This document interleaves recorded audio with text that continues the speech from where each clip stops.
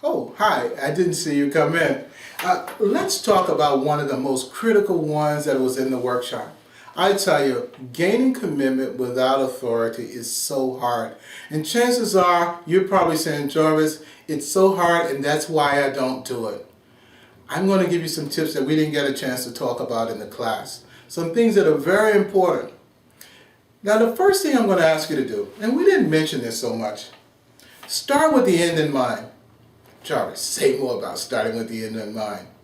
What I'm asking you to consider, before you go in and speak to that particular person around gaining commitment, what level of commitment do you sincerely need? Because chances are sometimes the reason we get so overwhelmed is that we're looking for a level of commitment that's not even necessary for us to be successful. Ask yourself, what level of commitment do I really need and why? And then start with that. You know what? Also, you have to ask yourself, what are some fears that I have? What are some reservations?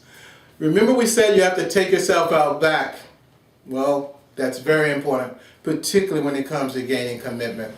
You got to take yourself out back. You started with the end in mind. You know exactly what level of commitment you need. You know exactly why it is that you need it. Now you got to take yourself out back and see what's coming in between you and being effective. Now, you've gone out back. You're ready. You're girded up. You're ready to have that tough conversation. And lo and behold, it is the D. Ha! I know what you're saying. Yes, Jarvis, and I have one of those to do. No reason to fear. I'm going to give you some very specific things about the D. As we said in the workshop, the first thing in their mind is what's in it for me. So guess what you're going to do? You're going to open up with what's in it for them. You're going to have very little small talk, not to the point that you're not being personable. They're going to expect you to get to the point. Regardless of what disc star you are, that doesn't matter. What's important is that you meet them where they are. Okay, there you are. You're meeting that D. The one thing you want to remember, do not take personally the resistance that they have when it comes to gaining commitment. So be it. You're not going to personalize it. You're not going to internalize it. What you are going to do, however, is be very assertive and be very specific and succinct around your needs and what's in it for them. What does that look like? You're speaking to them. Your body language is critical. Remember, you must be very pointed in your body language. Eye contact is critical. When they stare back at you, it's important that you maintain that eye contact. Be assertive. Have the self-confidence. And when you speak about something emphatic, you must let them know that you're very serious about it and why you think it's going to be important and what it's going to do for them. That assertiveness is very important, particularly when you're dealing with a D. And you know what? You can do that. Emphasize the eye contact, the communication skills, what's in it for them, and you will find yourself gaining commitment with that D. Now, Jarvis, I have to speak to an I. No problem. Remember the specific question that an I is looking for. Who? Your gesture should be open face, eye contact. I gotta tell you, when you take yourself out back, if you're not excited about this, you're not ready for the meeting. You must have excitement in your heart. You must see yourself being a part of this success story. As that eye sees it, you gotta see it. Your gestures, you must be excited about it. If you're not excited about it, you're not ready to have this meeting. There it is. You've taken yourself out back. You're excited. You know exactly who all's involved, and you know exactly how to approach them. Let me tell you something.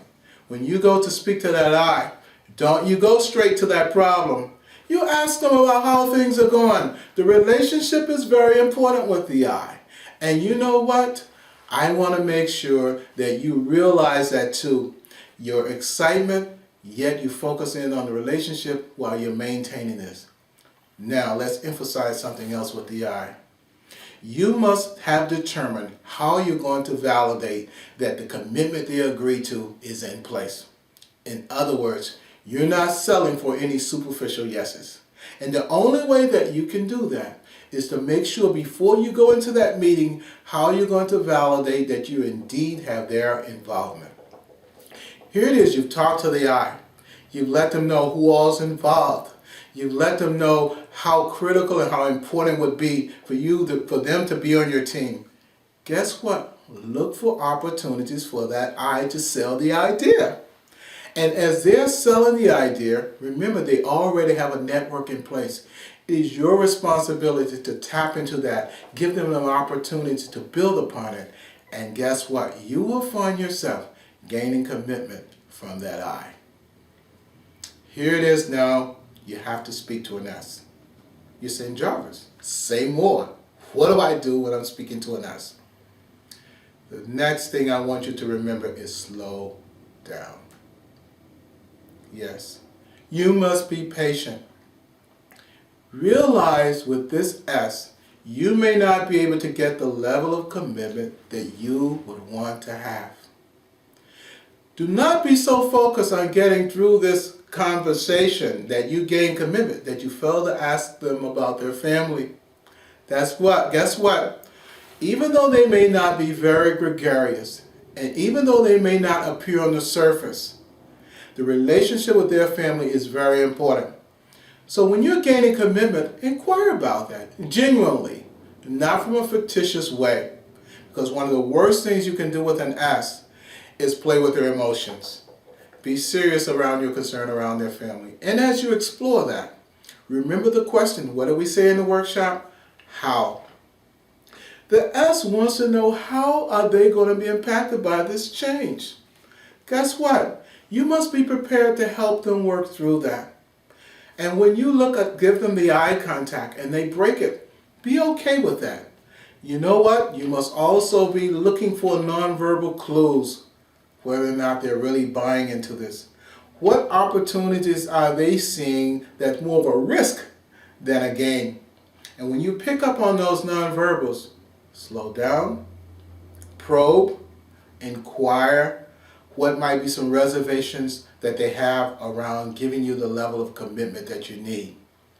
You must also be in a position where you've already have explored perhaps some test cases. You found some examples by which these opportunities are already in place that you can share to this S as evidence that them giving you their commitment is a good use of their time, and yes, you have minimized the risk.